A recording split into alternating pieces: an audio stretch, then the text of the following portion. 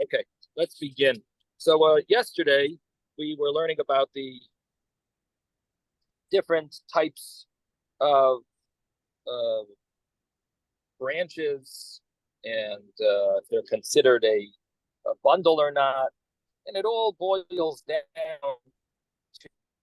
to that our Mishnah said we're not allowed to use bundles for schach. And once we mentioned chavile kash, chavile yetzim, chavile zrodim, and we explained that it has to do with the reason for it. We're afraid a person will, it's a gzeira for oitzer, it's called. We're afraid someone's going to dry out their bundles of twigs or kash, straw, and they're going to let it dry, and then they're going to change their mind. It's going to ultimately be a problem of tasev leiman ha'asui. It's a problem that you're making a sukkah in a way that's invalid because you put the schach on not for the purpose of shade. That would be a biblical problem. And because we're afraid that you might end up doing such a thing, we prohibited even when you do it right, even when you put on these bundles that are tied. So our Gemara is dealing with what is really considered tied.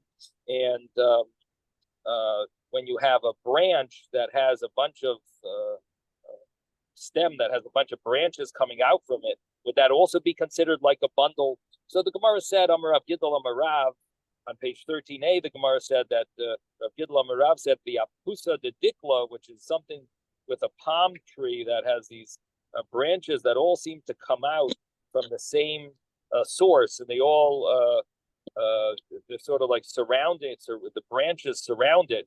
So that is called an eged bidei shamayim. That's called, it's bundled, but it's a bundle bidei shamayim, and it's not called an eged. It's not called a bundle. So in other words, that would not be a problem. They're translating here as offshoot of the trunk, of the trunk. Right. Okay. Well, apusa means like the word nafka. Apusa, something that comes out. So I guess that makes sense. The offshoots of the decal of the date palm. So anyway, the point is that there's different branches that are coming out, and they're attached to each other.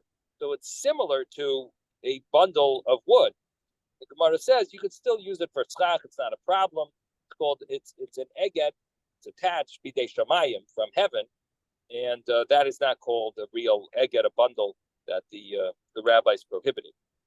Well, what about if you go and you yourself tie it together?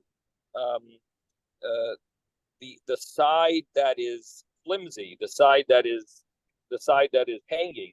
So that side you might want to tie together, and then maybe you will call it a bundle. So the Gemara says no, because it's one item. And when you tie together one item, it might have a number of branches, but it's one item.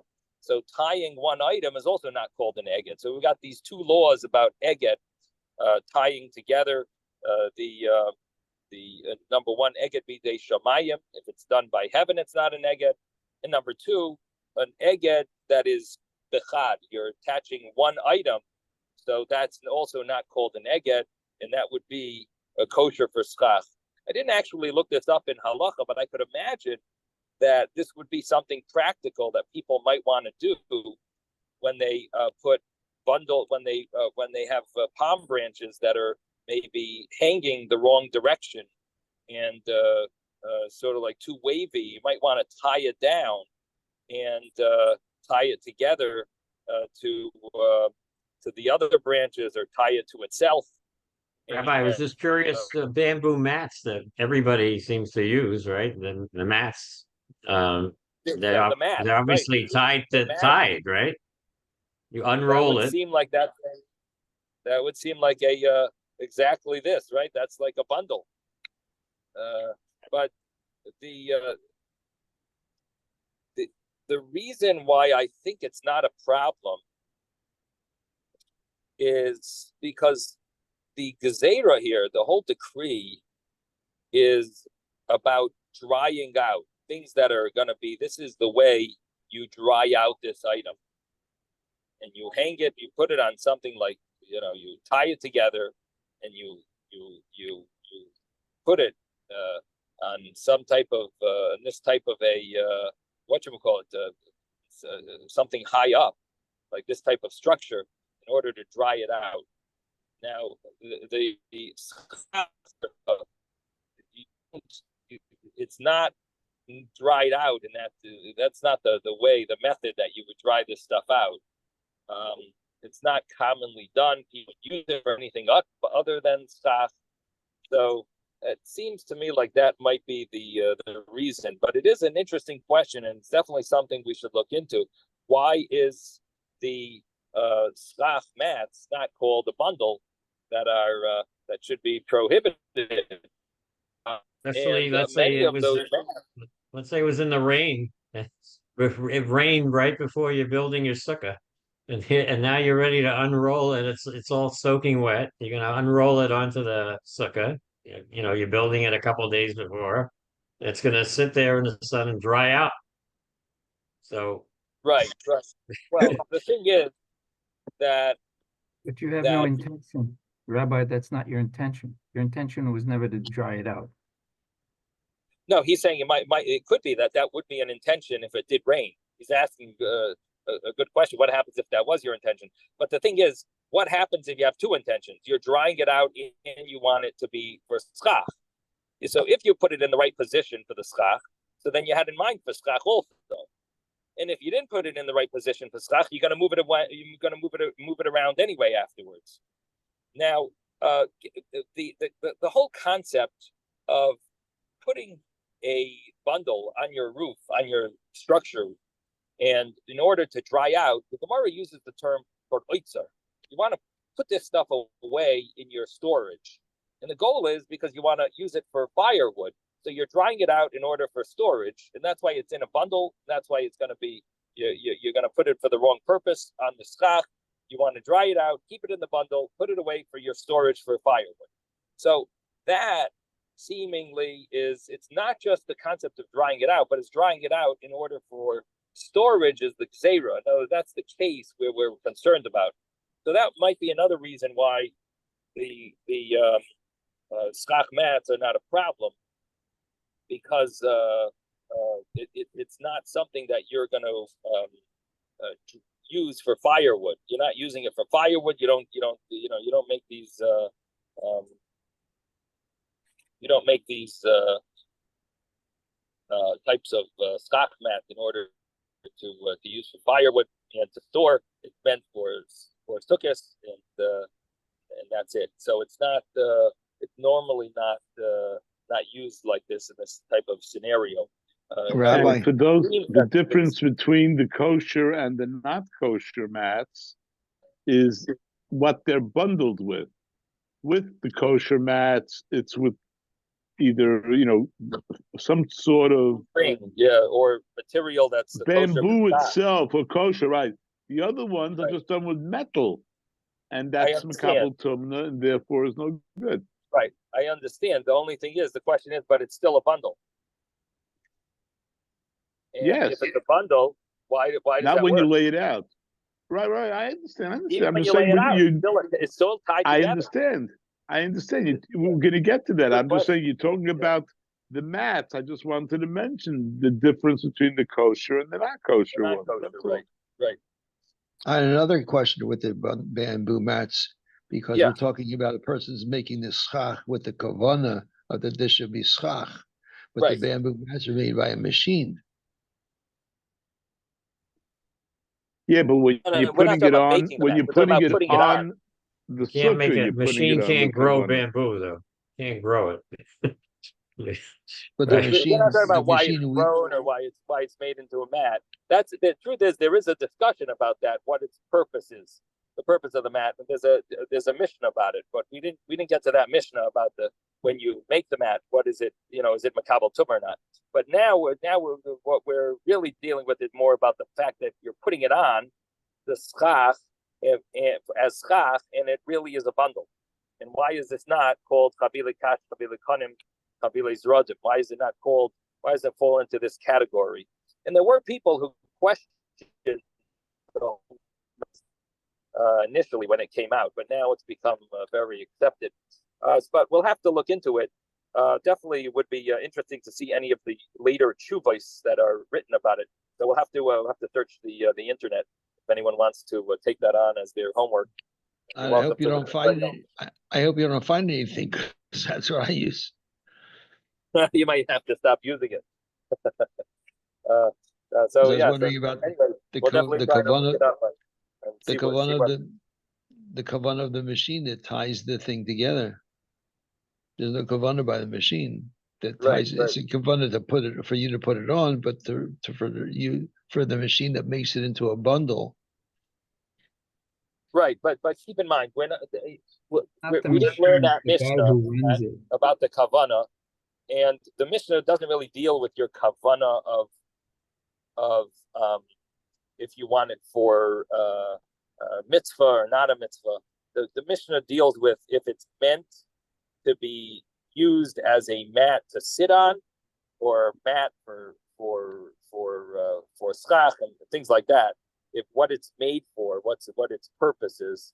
But anyway, it is a good point. But when we get to that Mishnah, we'll deal with considering the fact that it's made by a machine. Probably we'll have to deal with that.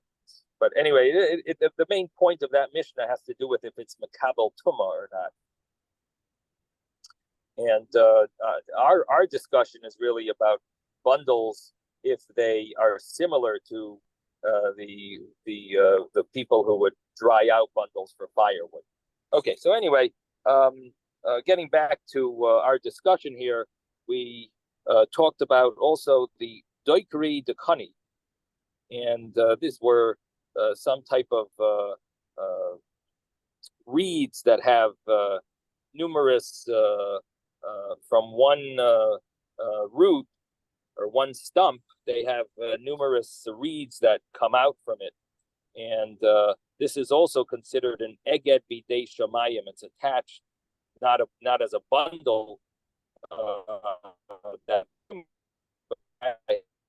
not called eged, and even if you attach the other side of it, that is the side that's not attached, if you want to tie it together, that would also be not a problem, because it's called an eged bechad. It's called one item that you're tying together.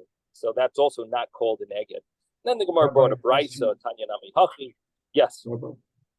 Would a stalk of celery be an example of that? Yeah, I guess that would be similar. The only thing is, keep in mind that celery is makabel tumah. So celery, but it's something, if it was similar to like a celery, I guess that would be an example. I wish I knew farming better and I could tell you exactly what reeds look like when they're Retiree dekani, but I don't know that much about farming. But I would think something similar to celery. I think that would be a good example. Okay, so then the Gemara said that the Gemara brought a brisa that was kanim and dukranim you can use for schach, and the Gemara said, well, kanim, of course you could use reeds for schach. I mean, what would be surprising about? Why would that be? What would that be telling us? They tell us use reeds. The Gemara answers, it's kanim shel dukranim. It's exactly this case that the brisa is telling us, that even though it has numerous like branches or reeds that come out from this one stump, it would still be kosher for schach, because it's called an eged bechad and it's eged bidei shamayim. You have these 2 points, that it's one item that, well, I mean, the truth is the brisa doesn't mention that you tied it together. So I shouldn't say eged bechad, but because maybe the brisa doesn't say that. It's talking about a person tied the other side together. But the brisa says that it's fine. That brisa is basically telling us the concept of eged bidei shamayim, at least, that the eged bidei shamayim is not considered an eged, and it would be kosher for schach. Yes, Rabbi. Yeah, what about seaweed that comes up over the beach? You know, a lot of it comes up on the beach, and it's you know, is that also considered? Can that be used as schach? I think it's edible. A lot of seaweed. I don't know. I don't know what the rules are with seaweed, because I know They definitely make some of it edible. I don't know how that works. But maybe, I mean, I guess it grows from the ground, right? I mean, I'm guessing. And it grows in the ocean, but then it washes up. But they make there in Israel. We actually went to a seaweed manufacturing plant for edible seaweed, apparently. What, say that? I missed that word. You said you went to a seaweed plant, and then what? And they grow edible seaweed that they sell all over the world.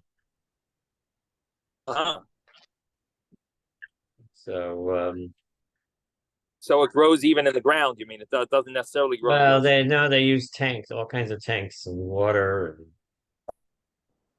ocean water and all kinds of things. It's a whole process. Right. Gotcha. Well, you do like I would guess. I mean, if you grew seaweed grows from the ground someplace. Hydroponics. If they grew trees like that, would that be considered kosher for stock? No, if it's not food. If it's not a food item, is that called growing from the ground? Is it similar to Psalus Goyren V'Yakev? Is it the refuse of the Goyren of the? That's an interesting question. I guess we could ask that question as well.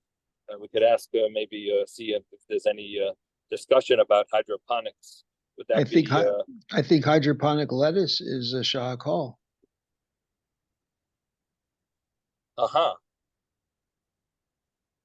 Hydroponic lettuce is shahakol. That's interesting. I think people use it for Pesach, for the maror. No, I don't think it's shahakol. I think mushrooms. I'd like to see the source of that first of all. I don't think so. I don't think it's shahakol. I think it's considered hadama. But we'll have to look it up. I remember when we were learning Hilchos in Sechta Brachas, we did talk about it, but I don't remember what the conclusion was. All right. Anyway, we'll have to check up these two things: the hydroponics and the schach mats. They used to do Gush Katzif. It was called Alei Katzif, and a lot of people used to use that for the leaves. Yeah, you're right. I think it's what I heard from the rabbi is if it looks like a duck and it tastes like a duck, it's ha'adama. It's even though it's hydroponics. So we'll have to see about hydroponics for schach. The hydroponics is a double question for maror and for schach. What the bracha and the schach. The other. Okay. Now comes the Gemara. Now says that talks about now maror for Pesach, and the reason why the Gemara seems to jump to this discussion is because the previous Gemara that talked about schach was Rav Chizda in the name of Ravina Bar Shela, so it's basically just saying another statement of the same rabbi. So the Gemara says that maror called Merarisa Diagma, and Rashi says that in Chazeres, the type of lettuce called Chazeres of the Agam, of the Agma, of the marsh, like the swamp. So it says a person could fulfill their obligation with this on Pesach, even though it's called maror with another word to it, another name to it. So because it has a name, that's where it becomes questionable. Would that be kosher for maror, or is that not the real maror? Because it's called a maror of an agam. So that's not maror. Maror is maror, and maror of an agam is maror of an. It sort of like has a different name. It's it maybe doesn't fall into the category of maror. So the Gemara says that he says it's good. Your yaitz of Pesach, you can have this maror. The Gemara says meisvei. We had a question from the scholars of the yeshiva. They asked a question from a Mishnah. The Mishnah talks about Ezoiv. Of course, we know Ezoiv is used for a number of things. One of them is the paraduma. And anyway, so it says over there that, in other words, you're purifying someone who was tamei mason. anyway, it says that the azoiv that you use when you dip it into the water of the mechatos, this water that was mixed with the ashes of the paraduma, and then you sprinkle it on the person who's coming third day and on the seventh day. So it says that when you take the azoiv, it has to be azoiv. You can't use azoiv yavan. And yesterday I translated it as azoiv yavan, as a Greek azoiv, but I see some of commentaries want to say that it's really azoiv yoin. It's not from the word yavan. It's a type of it's something similar to azoiv, but it's not the same. It's called azoiv yoin. In Safari, they just say it grows in Greece. That's what they're Greece. describing. It grows there in Greece.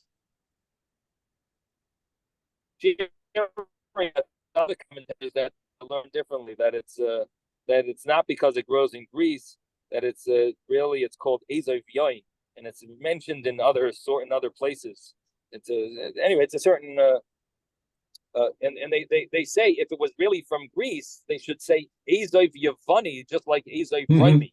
You know, it says azoiv raimi here. So if it was really Greece, it would be azoiv yavani. Anyway, but there are those that translated azoiv yavan Greek, but I'm just saying there's some translated differently.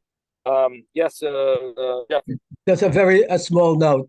The Greece that they got this adjective from is really the coast of Turkey. It's called Ionia, and that's what the word comes from in Hebrew. So it doesn't even really mean Greece that we call Greece today. So I think they were familiar with this, but it grew in Asia, actually, across the Aegean from Greece. But they called it that because in those times, the Greeks were living in those cities. It was very important to politics.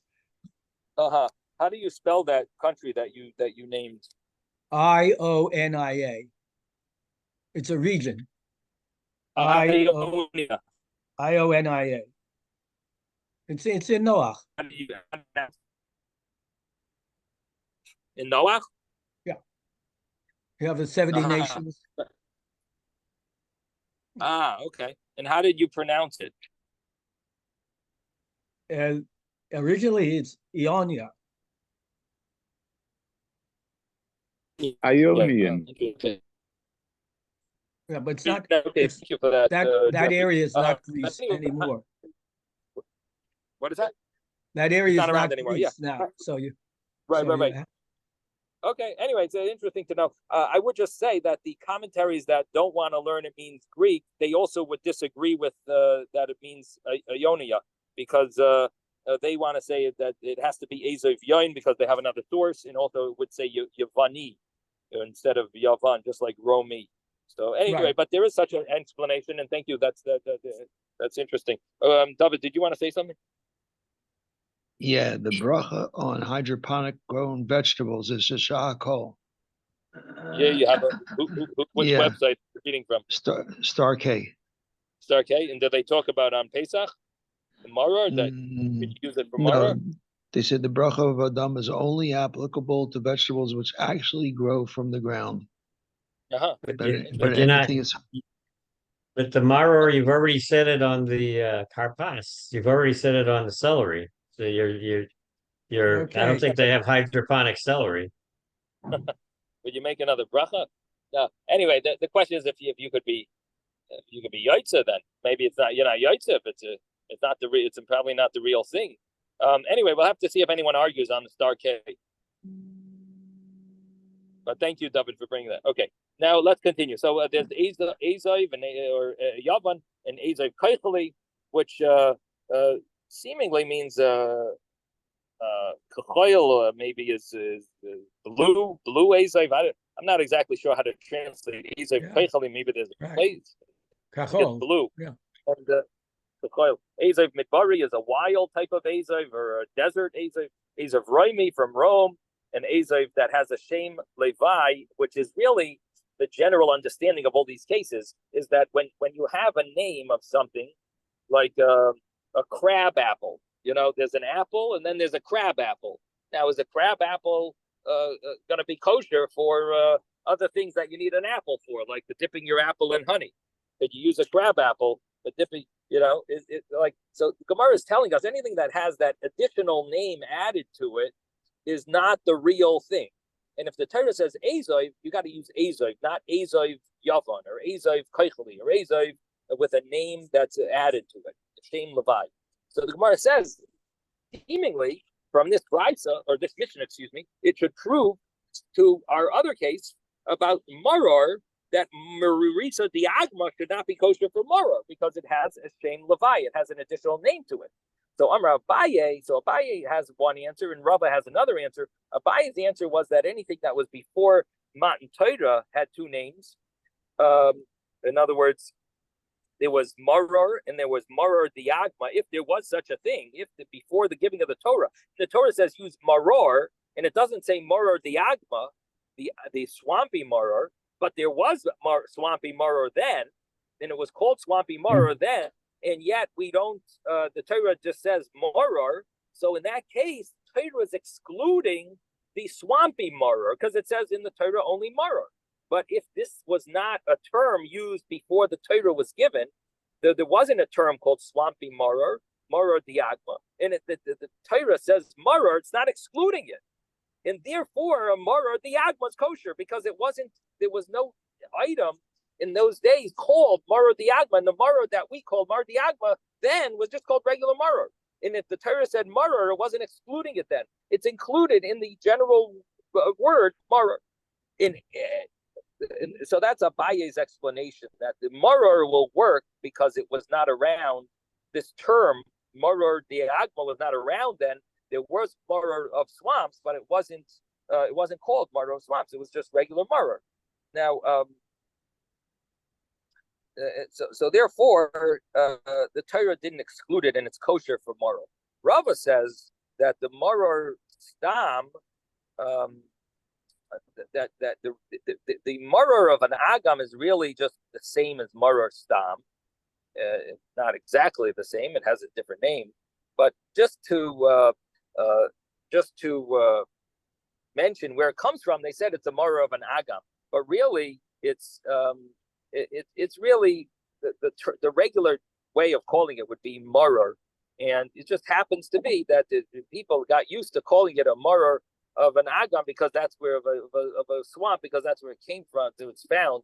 But it really is very similar to the regular maror. Now the commentaries talk about this Gemara a little. The commentaries say that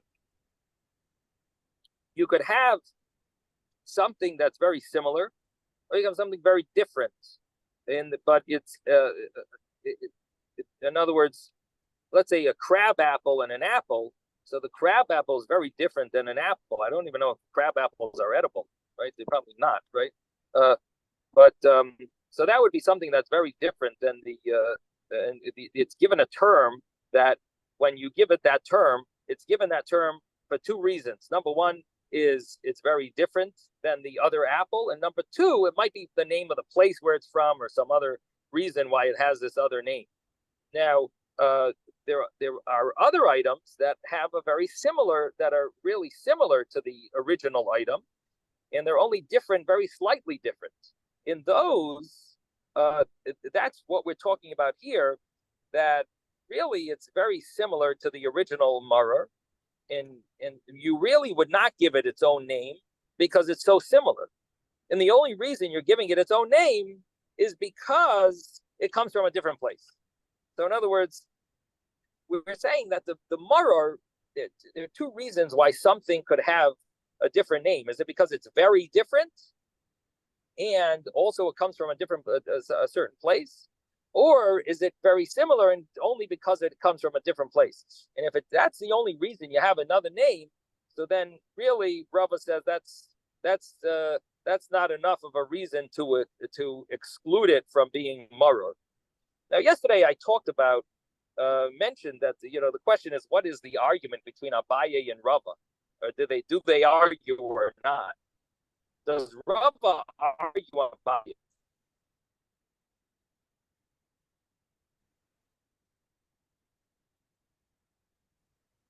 Taisu said Abaye agrees with Rava.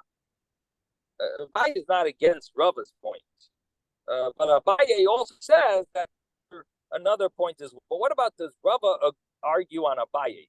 So again, let's think about these two statements. Abaye holds that you have to look at what was before Matan Torah. Did it have this name? Anything that didn't have this name before Matan Torah, then it's always kosher. That's Abaye's point. And Rava's point is that if it's very similar to the original and it only just comes from a certain place, so they added that name just because it's found that there in a swamp, or they added a name to it just because that's where you find it. That's not a reason to say it's excluded. So Abaye agrees with that idea that it just happens to be that with regard to maror, you also have the reason that before Matan Torah, it didn't have the name maror of a swamp, and therefore you have another difference as well. So Abaye adds his point here, even though he agrees with Rava. What about Rava? Does Rava agree or disagree?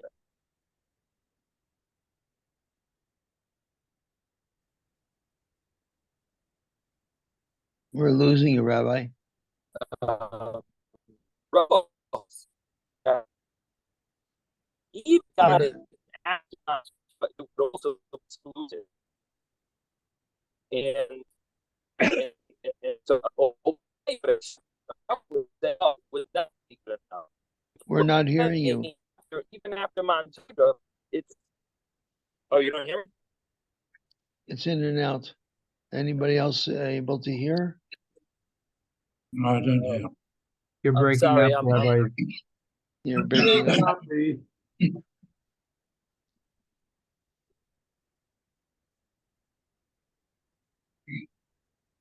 Whoever's speaking is not being heard. I think he's going to sign out and sign back in, and hopefully get a better connection.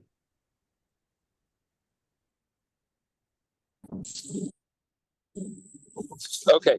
Now, can you hear me now? Yeah. Now should be good. Can you hear me now? Yes. Yes. Okay. Great. Sorry about that. Okay, so let me so all I was talking about was that Abaye and Rava both give reasons why the maror is going to be kosher for Pesach. The question that I was discussing was, why is Abaye saying his reason if he agrees with Rava, or does he disagree with Rava? And why does Rava say his reason? What does he do with Abaye? So the Taisvus tells us Abaye agrees with Rava, and one of the commentaries mentions that Rava disagrees with Abaye. And so Abaye agrees with Rava.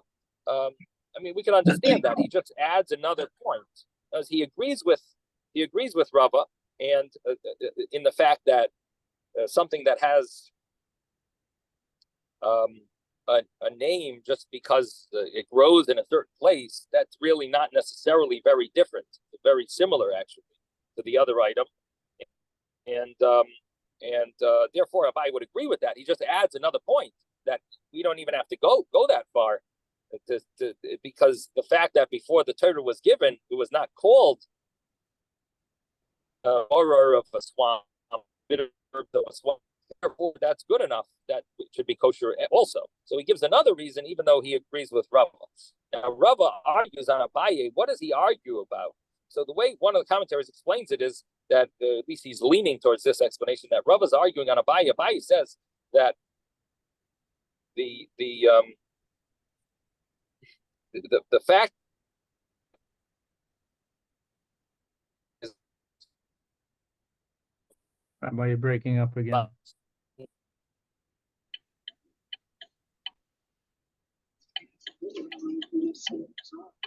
I'm seeing that it's only one. Now it should be better. I got two lines of connection. Okay, can you hear me now? Yes. Yeah. Yes. You have to turn the video in. You said it was off and it's not. Somebody's clicking in the background. It's your direction. It all. Still going. What is going on? No, it stopped. It stopped. I think we're free.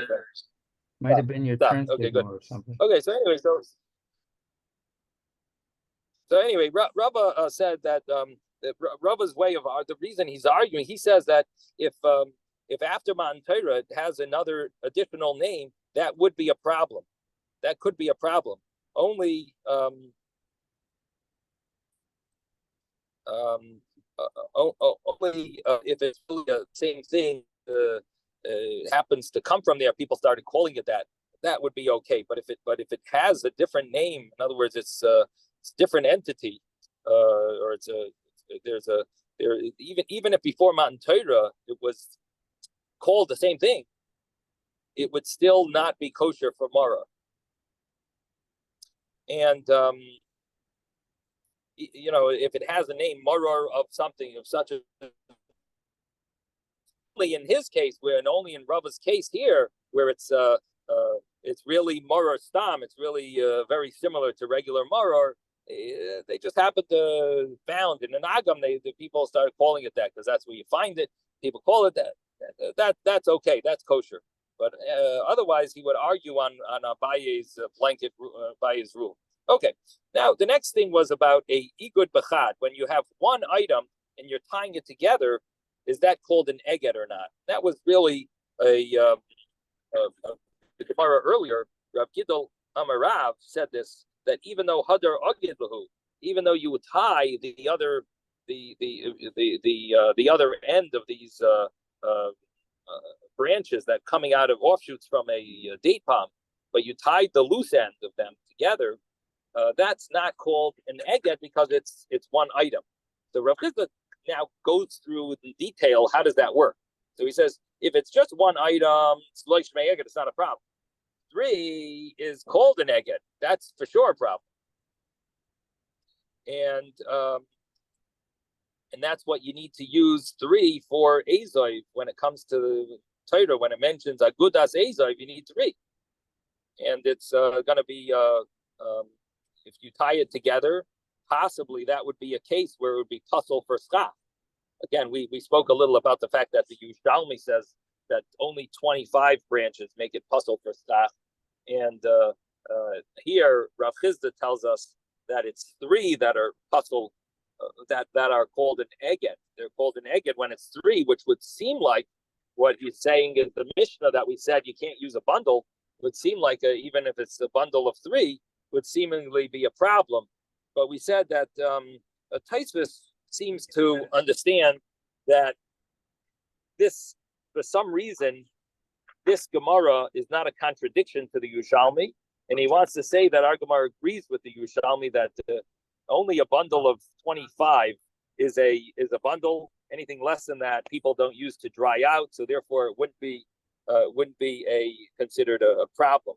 Now, even with that, I would say that we still have to look into the schach mats, because a lot of the schach mats have 25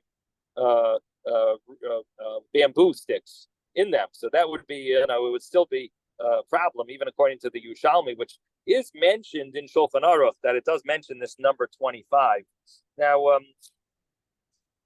so anyway, we're talking about what's called an eged, and we definitely have to know an eged for the Azov, and when it comes to the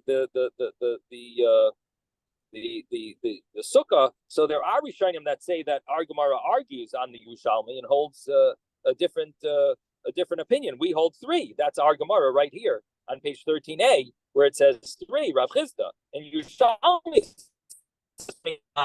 So that the our Gemara argues, what would end up happening is that if you have a bundle of 3, that would be a problem.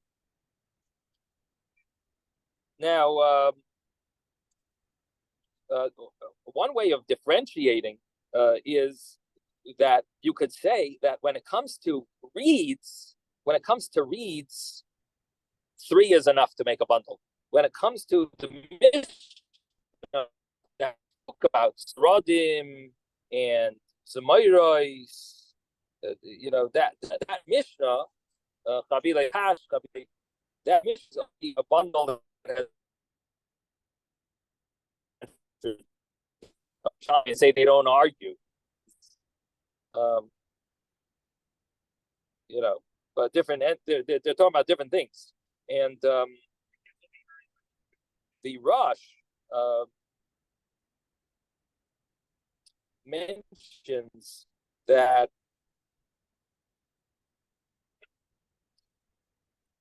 we're dealing with here one entity, but it might have many offshoots. We're dealing with one branch here, and like hyssop, but it might have many different branches that are coming out from this one root, or reeds, many reeds coming out from one stump, from one stem. And the way the Rosh explains it is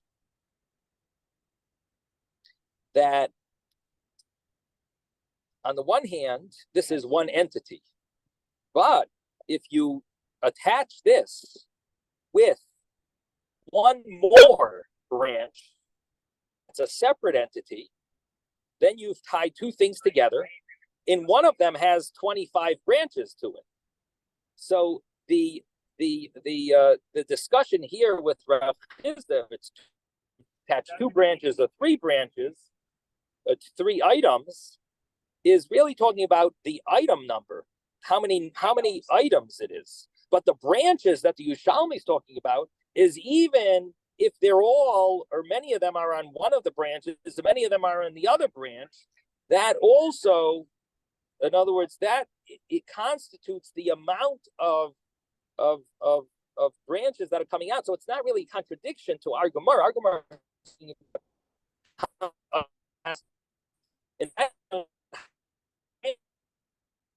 those items, but it doesn't have to be 25 items to be considered an eged. In other words, the way initially we were thinking is that the Yerushalmi holds you need 25 items to make a bundle, and our Gemara says 3 items make a bundle. And the way the Rosh explains it is, no, you don't need 25 items to make a bundle. 25 branches on one item could be a bundle if you attach a few more branches, a few more items to it to make it 3 items or 2 items, which our Gemara now will discuss how many items altogether make a bundle, but you will need the 25 to make it similar to the gezerah, to the decree of when you dry out stuff for storage purposes, for barbecues, or for fire, a bonfire or something of heating your house fire type of thing, or whatever it is, firewood. You're using it for firewood, so that would be, how would it be similar? You would need to have 25 offshoots of these, from this one item. But our Gemara is saying how many items it has to be. It has to be at least 2 or 3, which we'll soon see now. Okay, so these are the different ways explaining that Yerushalmi, and the Shulchan Aruch actually brings this point of the Rosh that you could have 2 or 3 items, but they have 25 branches on these 2 or 3 items. That would be considered a problem of a bundle. So the Shulchan Aruch actually follows this way of explaining it, the way the Rosh is explaining it. Okay, now that I've brought all the different views about reconciling the Yerushalmi, let's go back to the Gemara. So now the Gemara is trying to figure out what is considered a bundle. One is not a bundle, even though it has many branches. That's not called an eged. It's one item. Then what happens if you have 2 items? Is that called an eged? So he says 3 is for sure an eged, but 2 is a machlokes Rabbi Yossi and the Rabbanan. Actually, we should really learn this inside. Why don't I read this inside? Amar Rav Chisda igei b'chad. Let's do this inside, because I think we stopped towards the end and we did a little fast. Let's learn it inside. So Amar Rav Chisda is maybe about 13 lines from the bottom of the page, on page 13a. 13a, Amar Rav Chisda. Eged b'chad lo shmei eged. Shloisha shmei eged. When you have one item, so tying it up is not called a bundle, and that would not be usable. Like if you have hyssop, that wouldn't be kosher for the hyssop needed when it says agudas ezoy. You need a bundle. That would not be a bundle, and it wouldn't be possibly not good for schach. And 2, or definitely I should say not good for schach. Definitely kosher for schach, because it's not a bundle. It's not a bundle, right? Now 2, so 3, it says three is called a bundle, and that would be kosher for Azoi, for Hyssop. In Puzzle, it would be invalid for Schach because it's a bundle. And as we went through all the discussion about that. Now, 2, Shnayim, is Machlekes Rabbi Yosef Rabban. It's an argument between the rabbis, Rabbi Yossi and the rabbis, that done because we have a Mishnah. And the Mishnah says, the mitzvah of Azov, that it says in the Torah that you sprinkle on someone who is tummy. You use it for mace 7 that's mixed with ashes of red heifer. You have to dip it you have to dip in the water this hyssop, these 3 hyssop branches. So it says shleisha klachim. So the mitzvah of Azov is shalosh shleisha klachim. It's 3 roots. Uvahen shleisha gevaylan, and they have 3 stems, which means 1 root per stem. One root, 1 stem. And the commentaries explain that it means shleisha klachim. It needs to be the whole root. You need to get the root itself. It's the roots.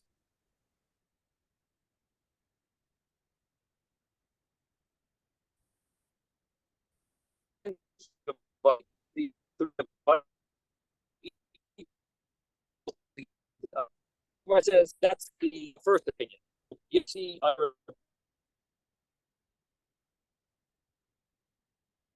the mitzvah is 3. We're not hearing you, Rabbi. You're cutting out. And, we didn't hear you. Okay. You cut out. How about now? Now it's better? Yeah. Now? Yes. Now it's good. I see 3. Okay, 3 bars I got. Okay, so Rabbi Yossi said, Rabbi Yossi, I'm mitzvah Ezev Loisha Gevailin. The mitzvah of Ezev is 3 of these stems. Ushiyarav Shnayim, and even if 1 falls out later, it's okay, as long as you started with 3. And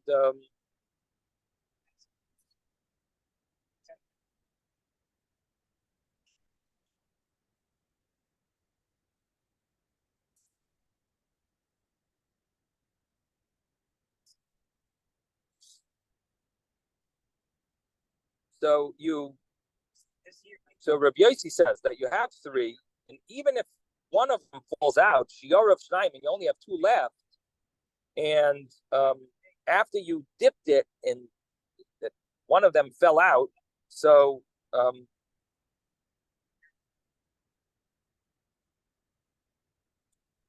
the others,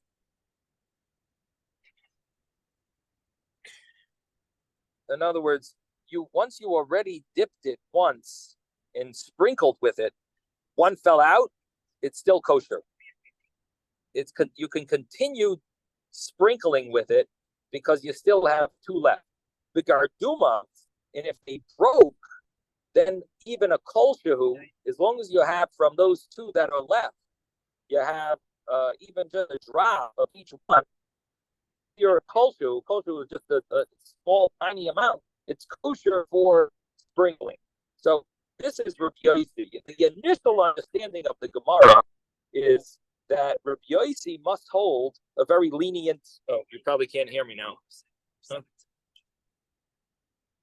Okay, so Rabbi Yossi must hold that a very lenient view of the Gemara thinks. Kosalka Daitin goes up in our mind. It makes we think at this point, midishiyar of Shnayim, that if it's good, it's kosher. If only you have 2 left, as long as you sprinkle once before, and now whatever's left, you have 2 left, it's kosher. So it's kosher with 2 left. So that means that probably 2 is called an eged, and of course, it's nice to have 3. But this that it says that you should have 3 is lemitzvah, is only as a extra.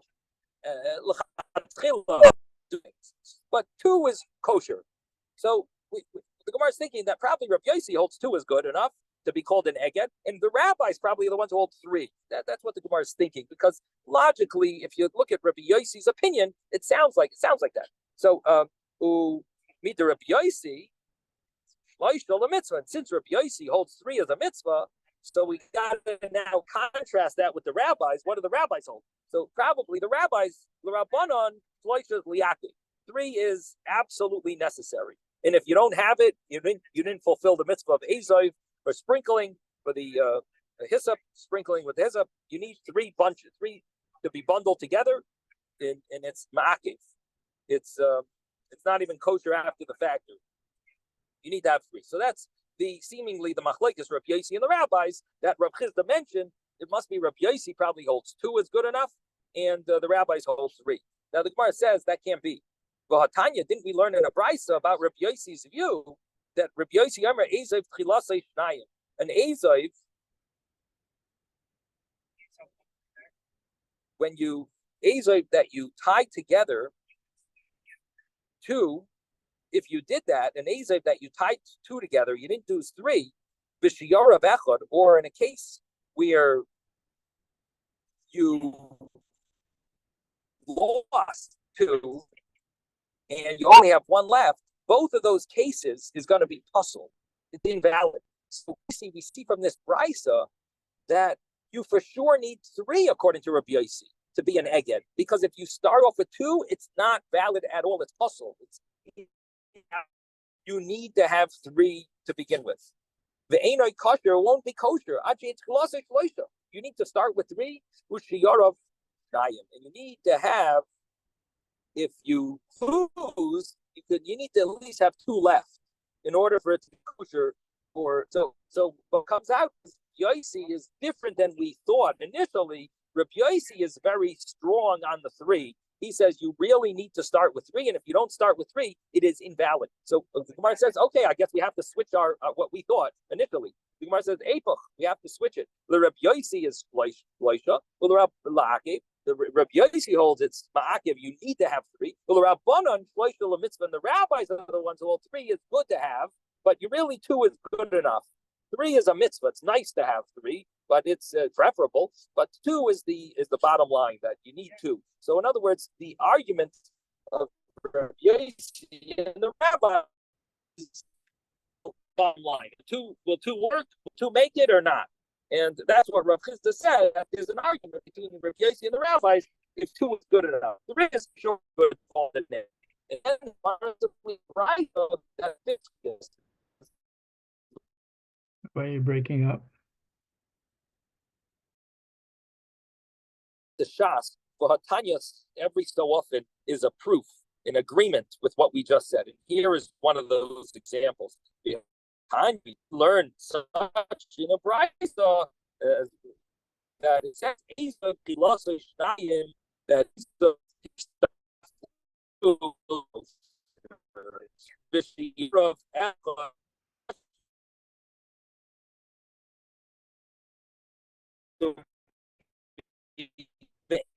also, it will not be invalid. It's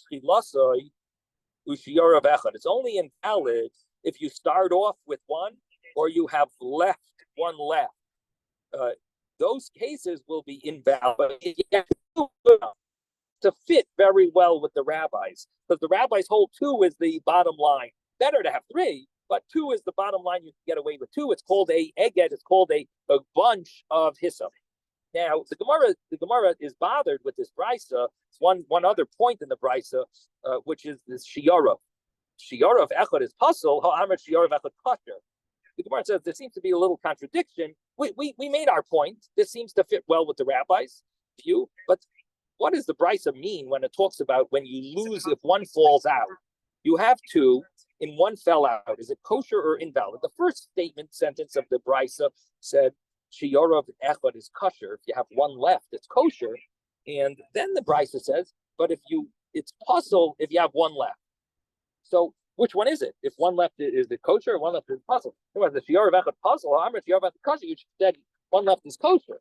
So now the Gemara, if we turn the page and we to 13b, and the Gemara says, that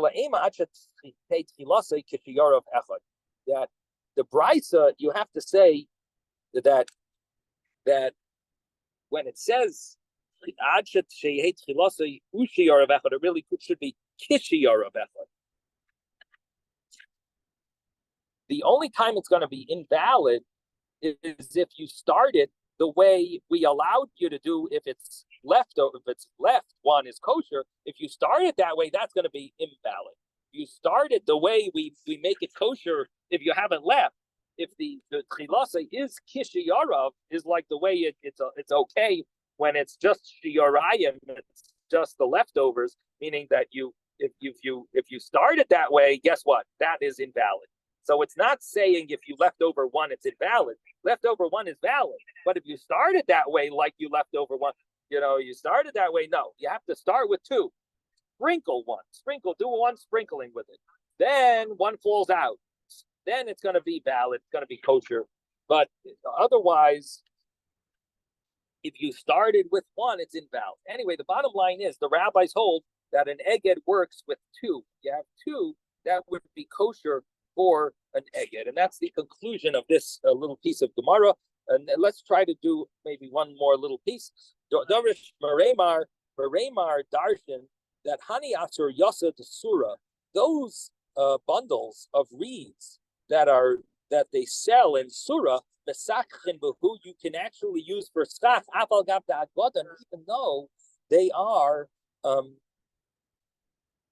even though they are tied together, and they're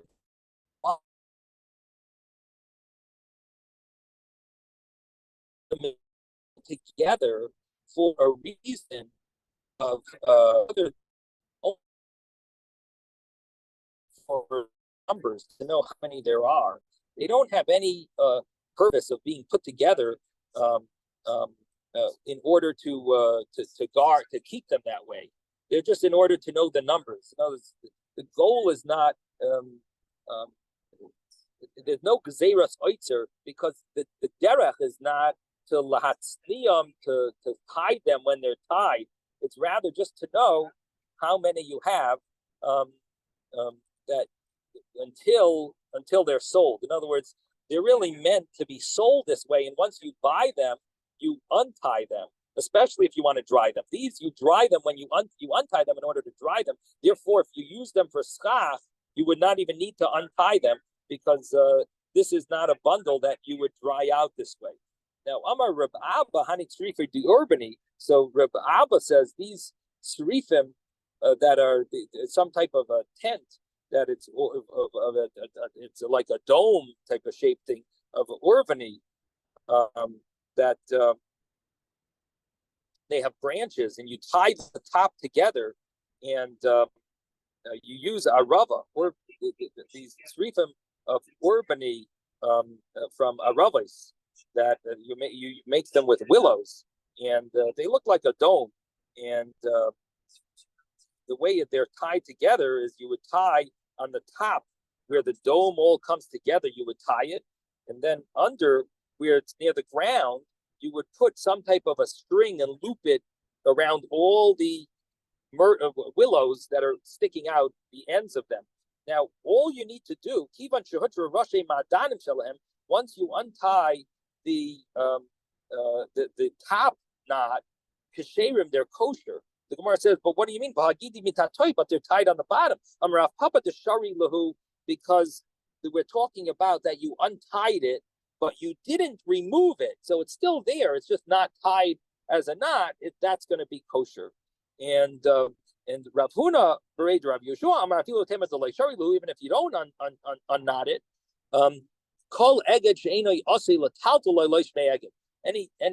any bundle that's not meant to be carried that way, it won't work if you try to carry it. They're all going to fall out. So that's not called tied anyway. So you don't even have to untie the bottom loop, because the top of this dome is not kosher, is untied, and it's all going to fall apart. So according to this opinion, Rav Huna Rav Yeshua, it's kosher for schach. Okay, we're going to stop here. Have a great day, everyone. Thank you, Thank you, Rabbi. Thank you, Yeshua.